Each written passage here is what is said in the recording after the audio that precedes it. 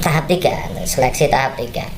Soalnya modelnya seperti ini teman-teman. Ini saya kasih simulasi soalnya seperti ini ya.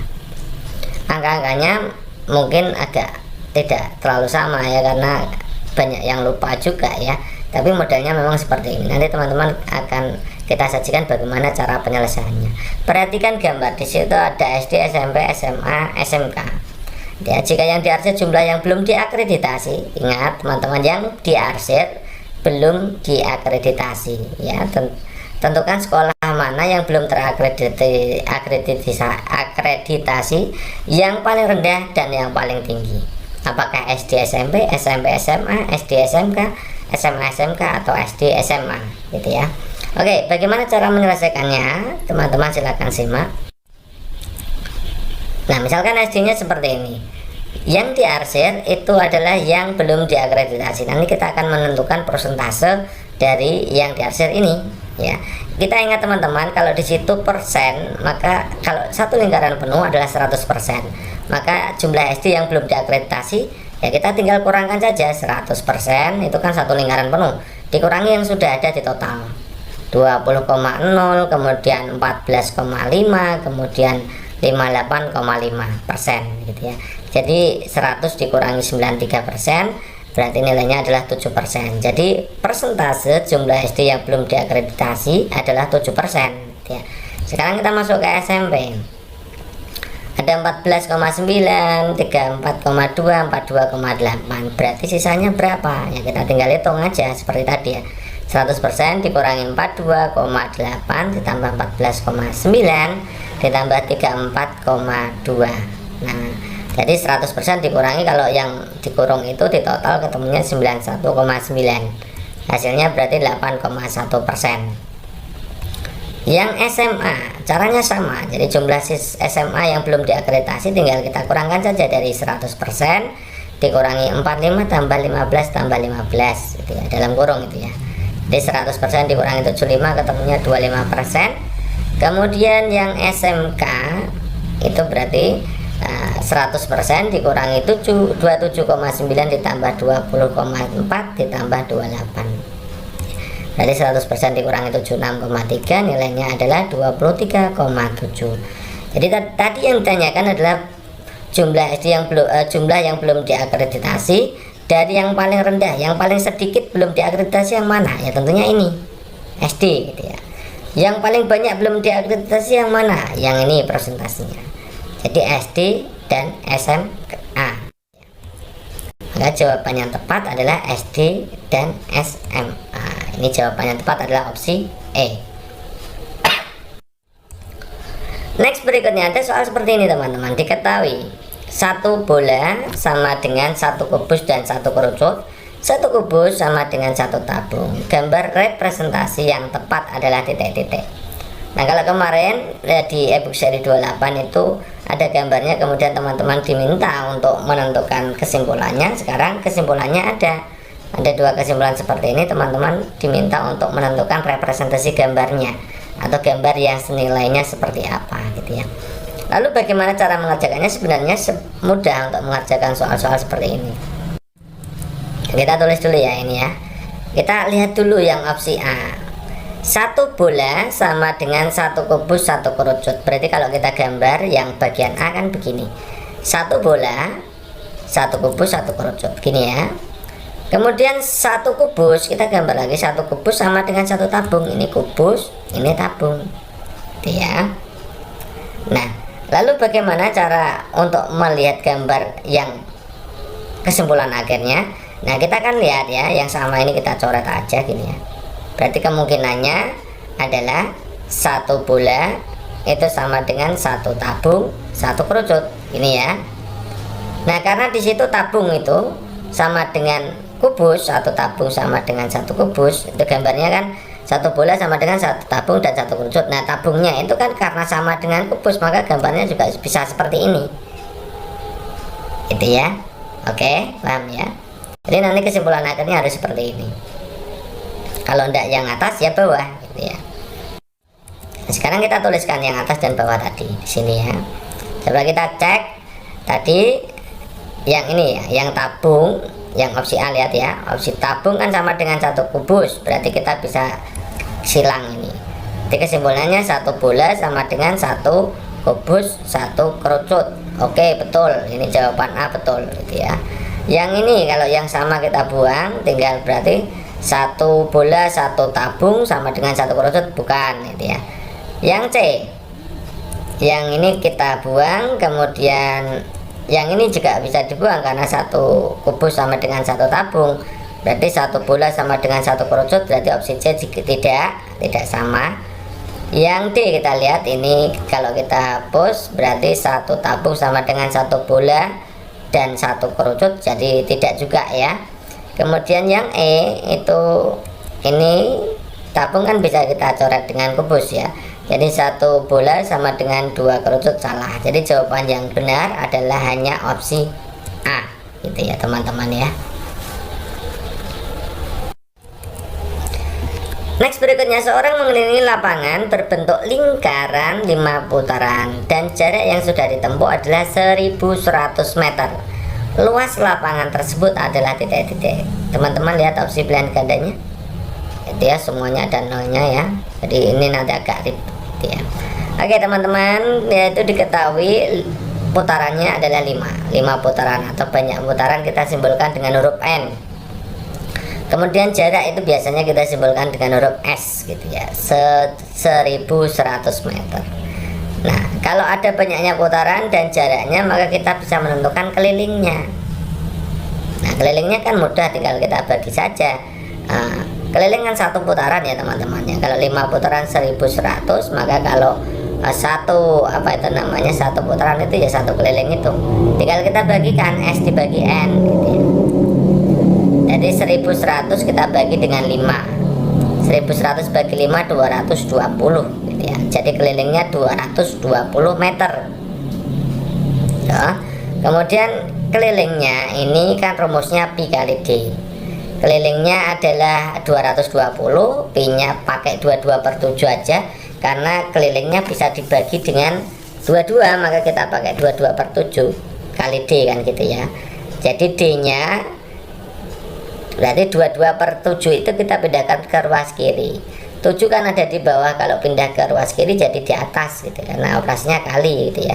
Jadi 7/22, jadi 220 kali 7/22. Nah 220 bagi 22 kan 10, jadi 10 kali 7 kan gitu ya, 70.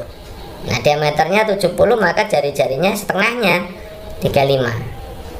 Maka kita bisa menghitung luas lingkaran. Luas lingkaran kan rumusnya pi r, pi nya pakai 22/7, r nya 35 tadi sudah dijawab, kali 35. 7 dengan 35 kan bisa dibagi ya, 35 bagi 7 kan 5, jadi 22 kali 5 kali 35, ketemunya adalah 3850 meter persegi ya. Jadi jawaban yang tepat adalah 3850 B gitu ya teman-teman ya. Next, berikutnya, pedagang buah meminta pekerjanya untuk memasukkan seluruh jeruk dalam kotak yang disediakan. Nah, tiap kotak berisi paling banyak 12 kg. Jika banyak jeruk yang akan dikemas 800 kg, banyak kotak paling sedikit yang diperlukan untuk mengemas seluruh jeruk. 66, 69, 67, 68 atau 56. Kalau yang ditanyakan adalah banyak kotak paling sedikit, maka kita pasti akan berpikir tentang pertidaksamaan linear gitu ya, pertidaksamaan linear satu variabel. Nah, misalkan N adalah banyaknya kotak teman-teman gitu ya. Satu kotaknya kan berisi 12 kilo. Kalau banyaknya kotak itu N, maka 12N itu harus lebih besar dari 800 kan gitu. Kenapa harus lebih besar? Karena di situ meskipun sisa sedikit dari jeruk tetap harus dimasukkan dalam kotak kan gitu kan logikanya ya. Jadi nilainya 12N itu harus lebih besar daripada jumlah yang akan dikemas gitu ya. Jadi N nya kita bisa menentukan N nya berarti 12 nya pindah ke ruas kiri, jadi dibagi ya, 800 dibagi 12 ketemunya adalah 66,6 sekian sekian sekian ya, 66 lebih ya. nilai terbesarnya berarti kan kalau N itu lebih besar dari 66,6 sekian-sekian kan berarti bisa 67, bisa 68, bisa 69, bisa dan seterusnya ya. Yang ditanyakan di situ adalah banyaknya kotak paling sedikit, yang paling sedikit antara 67, 68, 69 dan seterusnya berapa?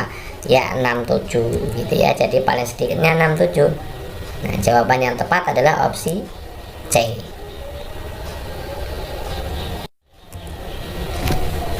Berikutnya lagi, tiap kotak berisi 12 kg apel.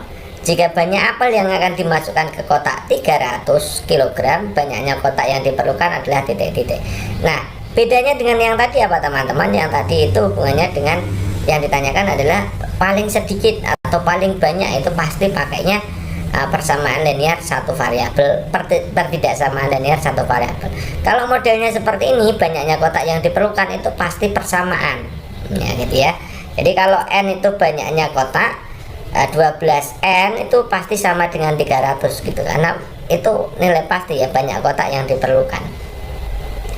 Maka N nya kita tinggal bagikan saja, 300 bagi 12 ketemunya 25. Nah tepat kan? Jadi banyaknya kotak yang diperlukan adalah 25 kotak.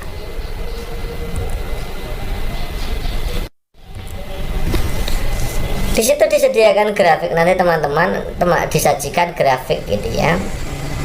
Grafiknya ada plastik itu 4,5 juta ton, keramik 3,5 juta ton, kertas itu kalau teman-teman baca 2,5 juta ton, kemudian batu bata itu 1,5 juta ton, kemudian botol bekas itu ada 4 juta ton gitu ya. Untuk menanggulangi sampah di samping adalah titik-titik. Jadi tindakan untuk menanggulangi sampah di samping ini ya, kira-kira apa? Apakah A, membangun rumah harus dengan batu bata, B, membawa tas keranjang sendiri jika berbelanja, C, menghindari penggunaan bahan bangunan keramik, D, membakar sampah botol bekas agar tidak menjadi sarang nyamuk. Jadi ini saya kira untuk soal ini adalah teman-teman diminta untuk berpikir bagaimana melestarikan sumber daya ya, melestarikan sumber daya. Hal itu tidak terlepas dari program 3R yang dicanangkan gitu ya. Program 3R itu ada 3 ya. R-nya yang pertama adalah reduce, kemudian reuse, kemudian recycle. Urut-urutannya ya. Urut-urutannya harus reduce dulu, kemudian reuse, kemudian recycle. Reduce itu artinya mengurangi segala sesuatu yang mengakibatkan sampah. Kalau reuse menggunakan kembali sampah yang masih dapat digunakan untuk fungsi yang sama atau fungsi lainnya. Kalau recycle itu daur ulang, dia menjadi produk baru, ya tentunya kualitasnya pasti menurun, gitu ya. Nah, saya jelaskan lebih lanjut tentang reduce, reuse, dan recycle karena banyak sekali soal tentang ini. Pertama tadi ya, reduce itu urutan pertama harus reduce dulu, mengurangi segala sesuatu yang mengakibatkan sampah. Contohnya apa? Berhenti menggunakan plastik sekali pakai saat belanja. Jadi teman-teman bisa membawa tas sendiri atau wadah sendiri gitu ya saat berbelanja gitu ya. Penggunaan plastik sekali pakai bisa diganti dengan tas belanja ini sama tadi ya.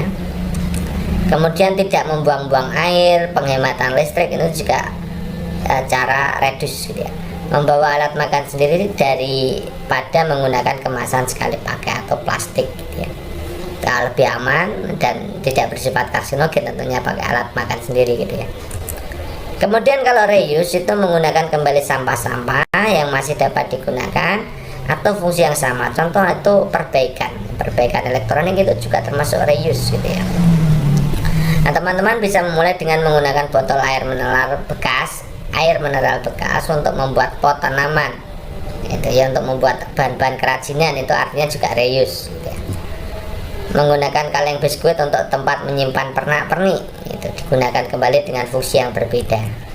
Baju-baju yang sudah tidak bisa digunakan bisa disumbangkan, jadi tidak menambah jumlah sampahnya. Prinsip memperbaiki daripada membuang juga termasuk reuse gitu ya. Kalau recycle itu mendaur ulang, misalkan ya sampah plastik dikumpulkan lagi, didaur ulang lagi menjadi plastik lagi. Nah dari sini kita bisa menjawab gitu ya, bagaimana cara untuk menanggulangi sampah sebagaimana yang terdapat pada grafik gitu ya. Kalau kita lihat yang A, membangun rumah harus dengan batu bata, itu artinya menambah jumlah sampah gitu ya. Yang B, membawa tas atau keranjang sendiri jika berbelanja, yes, itu betul, itu bagian dari reduce. Menghindari penggunaan bahan-bahan keramik itu ya tidak juga, tidak begitu ya. Yang D, membakar sampah botol bekas agar tidak menjadi sarang nyamuk, itu juga tidak tepat gitu ya. Harusnya tidak dibakar botol sampahnya, harusnya dikumpulkan untuk didaur ulang gitu ya, atau digunakan untuk bahan-bahan kerajinan lain, itu lebih bagus gitu. Jadi jawabannya memang paling tepat adalah opsi B. Anak bisa menentukan ciri-ciri kotak kapur namun belum bisa menyebutkan ciri-ciri kubus. Nah, menurut Jean Piaget termasuk ke dalam tahap apa? Apakah praoperasional, operasional formal, operasional konkret, sensomotorik, atau praformal? Ini kelihatannya sudah pernah kita bahas ya. Oke, kita akan bahas ulang. Nah, kalau Piaget itu membagi perkembangan dalam 4 periode. Tahap sensomotorik itu di bawah 2 tahun gitu ya. Ini yang berkembang adalah motorik. Anak menggunakan sistem penginderaan untuk mengenal lingkungannya. Jadi itu sensomotorik. Kalau praoperasional itu anak balita ya, 2-7 tahun, melakukan segala sesuatu dengan dari hasil meniru atau mengamati ya. Ini kalau yang ini yang ditanyakan tadi. Operasional konkret itu 7-12. Tapi ini anak sudah mampu menggunakan operasi. Nah, pemikiran anak tidak lagi didominasi oleh persepsi, sebab anak mampu memecahkan masalah secara logis namun masih terbatas pada ranah konkret. Jadi seperti tadi teman-teman, ranah konkretnya bisa menjelaskan kotak kapur. Kalau abstraknya itu ciri-ciri kubus itu abstrak. Jadi bisanya baru di tahap operasional konkret usia anak SD 7-12 tahun. Selebihnya dari itu anak-anak SMA dia lebih dari 12 tahun itu sudah abstrak ya. Sudah berkembang struktur kognitifnya, berpikir logis ya, bisa menentukan hipotesis, kemudian adalah masalah verbal, terutama untuk kemampuan abstraksi yang memang berkembang besar ya, berkembang pesat itu di tingkat SMA atau di tingkat 12 tahun ke atas, SMP, SMA itu. Jadi kalau menentukan ciri-ciri kapur tidak bisa, tapi menentukan ciri-ciri kubus tidak bisa, berarti masih dalam tahapan operasional konkret. Jawaban yang tepat adalah opsi C. Kriteria keberhasilan belajar siswa ditentukan dengan menggunakan kriteria ketuntasan minimal atau KKM. KKM adalah rata-rata setiap unsur dari kriteria yang ditentukan. Untuk menentukan KKM diperlukan faktor-faktor titik-titik. Ini kemarin yang ditanyakan itu banyak teman-teman yang curhat ini ya. Kompleksitas indikator, daya dukung dan kemampuan guru, surprise dan inteks siswa. Kompleksitas indikator, daya dukung dan indikator inteks siswa, kemampuan guru, tingkat kesulitan, kompetensi dasar dan inteks siswa. Oke teman-teman, kita akan bahas. Jadi dalam menentukan KKM itu teman-teman harus memperhatikan 3 aspek ya, 3 aspek. Yang pertama adalah karakteristik peserta didik, dalam hal ini inteks siswa, kemampuan bawaan siswa, itu namanya inteks ya. Kemudian yang kedua teman-teman harus juga mengenal tentang karakteristik mapel. Jadi mapel itu kesulitannya bagaimana atau kompleksitas materi indikatornya, kompleksitas KD-nya gitu ya, kesulitannya, taraf kesulitannya. Yang ketiga yang perlu diperhatikan adalah kondisi satuan pendidikannya, atau dalam bahasanya yang lazim kita mengenalnya adalah daya dukung ya. Jadi ada 3 itu, inteks siswa, kompleksitas, daya dukung.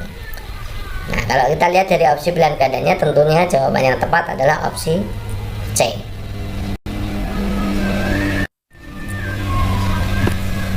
Berdasarkan pasal berapa lupa, ini teman-teman yang curhat ya, lupa pasal berapa tentang penggunaan bahasa Indonesia yang baik. Intinya tentang kata baku gitu ya. Kita lihat opsi A nya, siswanya, Pak Guru aku mau izin tidak masuk sekolah besok.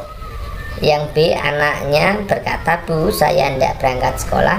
C, Budi itu mengatakan saya pergi sendirian saja, atau KD Sinta kita nggak akan pergi kemana-mana. Itu yang menjadi fokus kita adalah yang dicetak tebal izin, hendak, aja, enggak. Ini yang mana yang merupakan penggunaan bahasa Indonesia yang baik, happy gitu ya. Kalau izin itu benar apa salah? Izin itu tidak baku teman-teman. Yang baku harusnya izin. Hendak itu baku, jadi hendak, mau, akan itu berarti baku gitu ya. Nah, aja itu tidak baku, yang baku ya saja gitu ya. Kemudian enggak itu juga pasti tidak baku ya, yang baku adalah tidak gitu ya. Jadi jawaban yang tepat adalah opsi B. Oke, next berikutnya perhatikan hal berikut. 1. Berembus pada malam hari, bertiup dari darat ke laut, merupakan angin kering, dimanfaatkan oleh nelayan untuk berangkat ke laut. Angin yang mengandung kelembapan, dimanfaatkan oleh nelayan kembali ke daratan setelah berlayar semalaman. Ini yang merupakan ciri-ciri angin darat adalah titik-titik. Lihat opsi pilihan gandanya.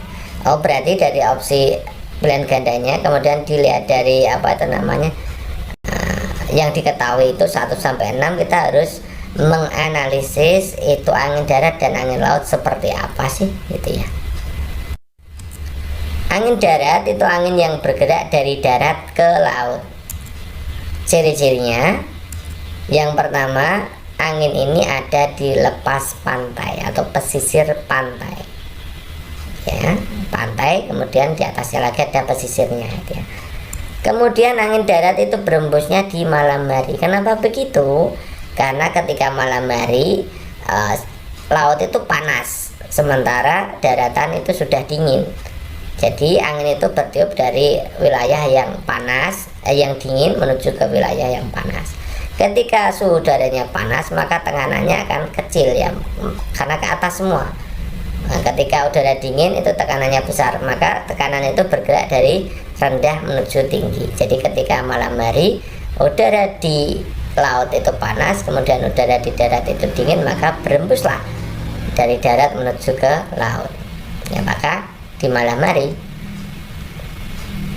Oke, kemudian merupakan angin kering karena angin dari darat kan tidak membawa kelembapan udara gitu ya.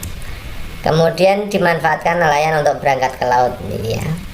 Sementara angin laut berkebalikan dari hal itu ya, menuju ke daratan. Angin laut itu menuju ke daratan, nah, beradanya di pantai gitu ya. Kemudian angin laut itu berembus pada pagi sampai siang hari. Kenapa demikian? Karena suhu udara di daratan itu lebih panas daripada di laut ya. Ketika siang hari kan suhu di darat lebih panas, maka udara yang dari laut yang sudah mendingin itu menuju ke darat gitu ya. Angin yang mengandung kelembapan ya, tadi karena laut itu kan lembab gitu ya. Dimanfaatkan nelayan untuk kembali ke daratan setelah berlayar semalaman. Oke, jadi kita akan menganalisa mana yang merupakan ciri-ciri angin darat. Kita lihat yang nomor 1, berembus pada malam hari, yes gitu ya. Bertiup dari darat ke laut, yes. Angin kering, yes. Dimana nelayan untuk berangkat ke laut, yes. Angin yang mengandung kelembapan itu harusnya angin laut itu ya, dimanfaatkan kembali itu angin laut. Jadi jawaban yang tepat adalah 1, 2, 3, 4. Oke, terima kasih teman-teman untuk pembahasan kali ini. Semoga pembahasan kali ini bermanfaat untuk teman-teman semua. Terima kasih atas perhatiannya. Assalamualaikum warahmatullahi wabarakatuh.